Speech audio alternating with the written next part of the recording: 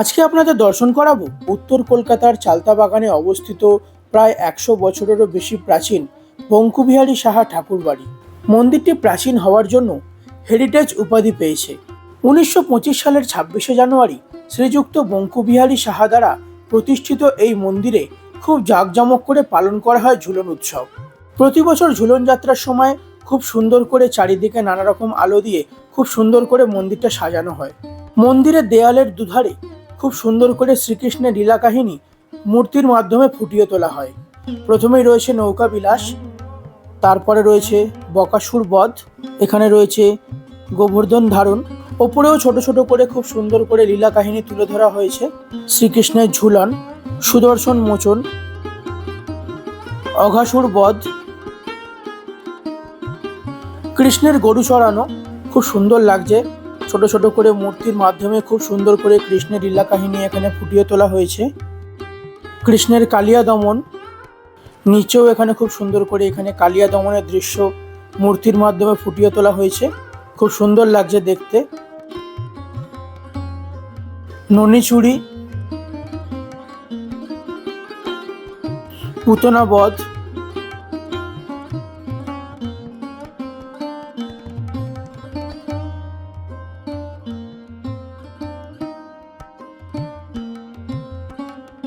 যশোদা ও গোপাল,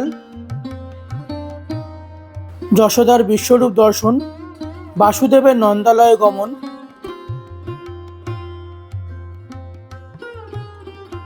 বালক গোপাল, বাসুদেবের যমুনা পার, শ্রীকৃষ্ণকে নিয়ে বাসুদেব যমুনা পার করছে সেই দৃশ্য এখানে ফুটিয়ে তোলা হয়েছে মূর্তির মাধ্যমে। কৃষ্ণের জন্মাষ্টমী,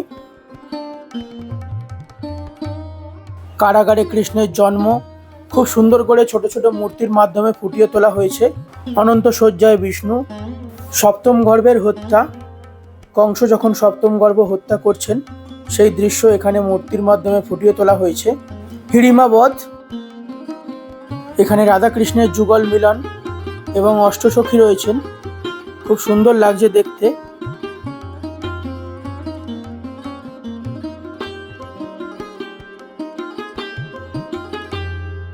অভিমন্য বধ,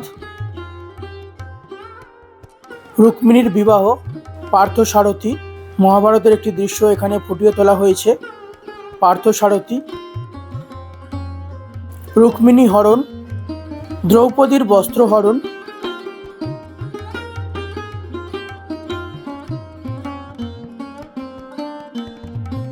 শকুনির যে পাশা খেলা সেটি এখানে মূর্তির মাধ্যমে তুলে ধরা হয়েছে।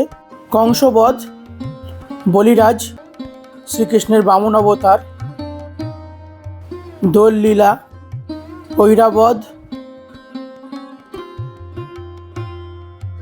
জরাসন্ধ বধ, মানভঞ্জন, এখানে কৃষ্ণকালীর একটি মূর্তি এখানে তুলে ধরা হয়েছে। কৃষ্ণের নৌকা বিহার, রাধার মানভঞ্জন, কৃষ্ণের রাসলীলা, কংসবধ,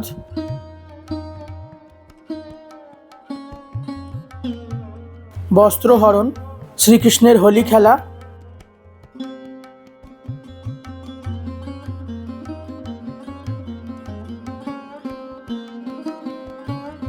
গোপিনীর বস্ত্রহরণ,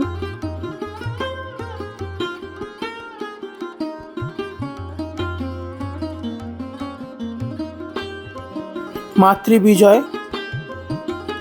এবারে জানিয়ে দিয়ে এই মন্দিরে আপনারা কিভাবে আসবেন। নিকটবর্তী মেট্রো স্টেশন হলো গিরিশ পার্ক বা Mahatma Gandhi road. Girish park metro station থেকে নেমে বিবেকানন্দ রোড ধরে মানিকতলার দিকে কিছুটা এগিয়ে বাঁদিকে বিনোদ সাহা লেন পেয়ে যাবেন, অথবা এমজি রোড থেকেও বাসে বা হেঁটে মানিকতলা মোড়ের দিকে আসলেই আপনারা দেখতে পাবেন এই ঝুলন বাড়ি। হাওড়া বা শিয়ালদহ স্টেশন থেকে মানিকতলা অথবা গিরিশ পার্কের বাসে উঠে আপনাদের নামতে হবে মানিকতলা মোড় অথবা গিরিশ পার্ক স্টপেজ।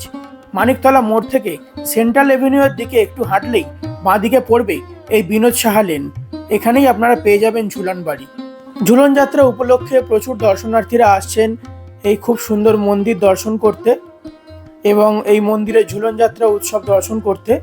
উত্তর কলকাতার মানিকতলা ও সিমলা এলাকার চালতাবাগান অঞ্চলের শতবর্ষ প্রাচীন ঐতিহ্যবাহী চালতাবাগান ঝুলনবাড়ি রাধাকৃষ্ণের ঝুলন যাত্রার জন্য বিখ্যাত।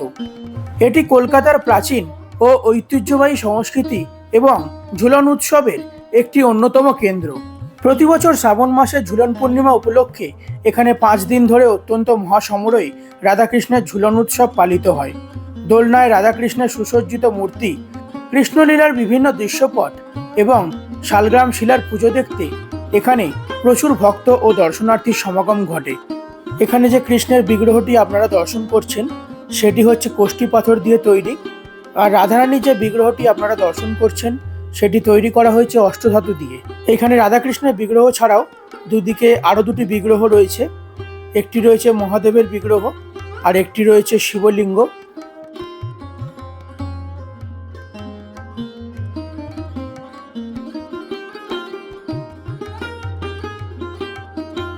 এইখানে একটি মহাদেবের বিগ্রহ রয়েছে, তার নিচে রয়েছে বাহন নন্দীদেব, সিংহাসনে বসে আছেন মহাদেব।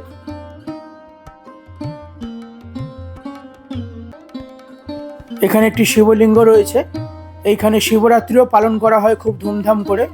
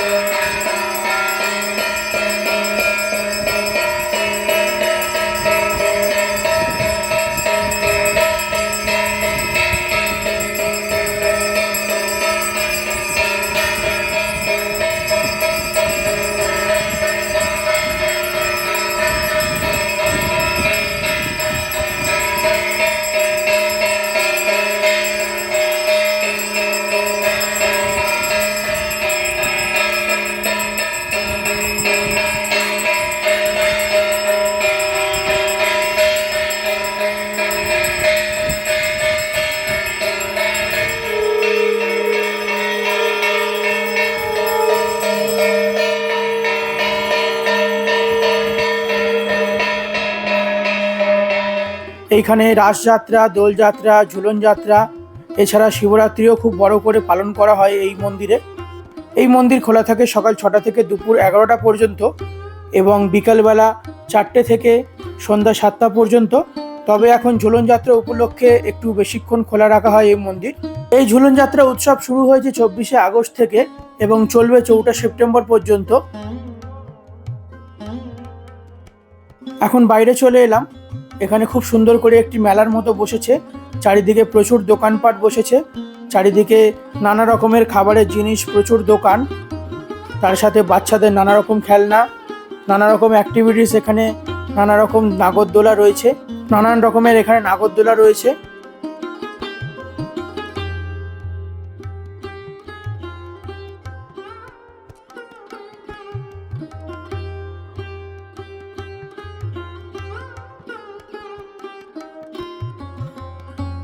মেলায় ভালোই ভিড় হয়েছে। রাস্তার দুধারে এখানে খুব সুন্দর করে প্রচুর দোকানপাট বসেছে, নানা রকম খেলনা, নানা রকম সাজের জিনিস, নানা রকমের দোকান রয়েছে, প্রচুর ধরনের ঘর সাজানোর জিনিসপত্র, ঘরের নিত্য ব্যবহার্য জিনিসপত্র, প্রচুর দোকান বসেছে এইখানে। রাস্তার দুধারে চারিদিকে প্রচুর দোকান, নানা রকম খাবারের দোকানও রয়েছে।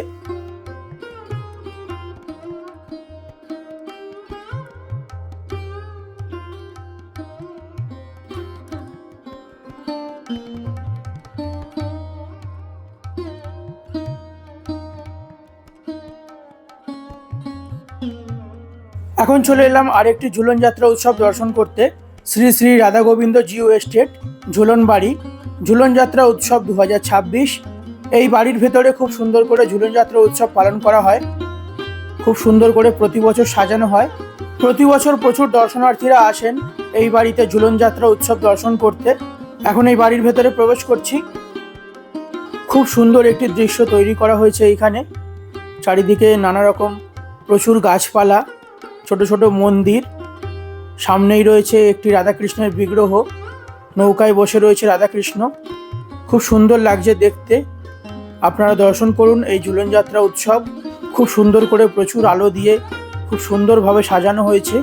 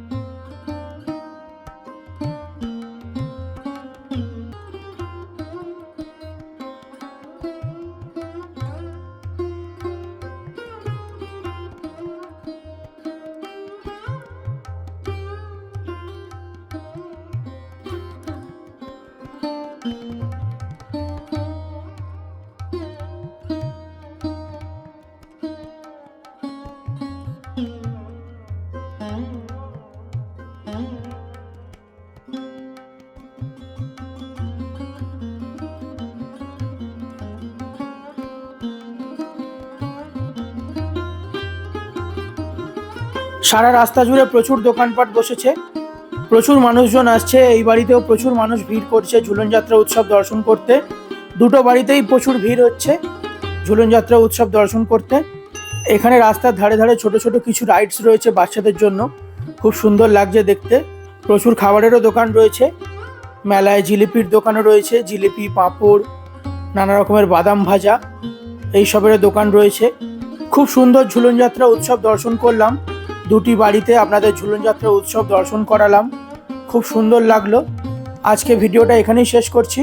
ভিডিওটা কেমন লাগলো আপনারা আমাকে কমেন্ট করে জানাতে পারেন। ভিডিওটা ভালো লাগলে অবশ্যই চ্যানেলটা লাইক, কমেন্ট, শেয়ার আর সাবস্ক্রাইব করে দেবেন। আরও নতুন নতুন ভিডিও আপনাদের সামনে তুলে ধরবো। খুব শীঘ্রই দেখা হচ্ছে পরবর্তী পর্বে নতুন কোনো ভিডিওতে। সবাই সঙ্গে থাকবেন, ভালো থাকবেন আর চ্যানেলটা প্লিজ সাবস্ক্রাইব করে দেবেন। ধন্যবাদ, সবাই ভালো থাকবেন।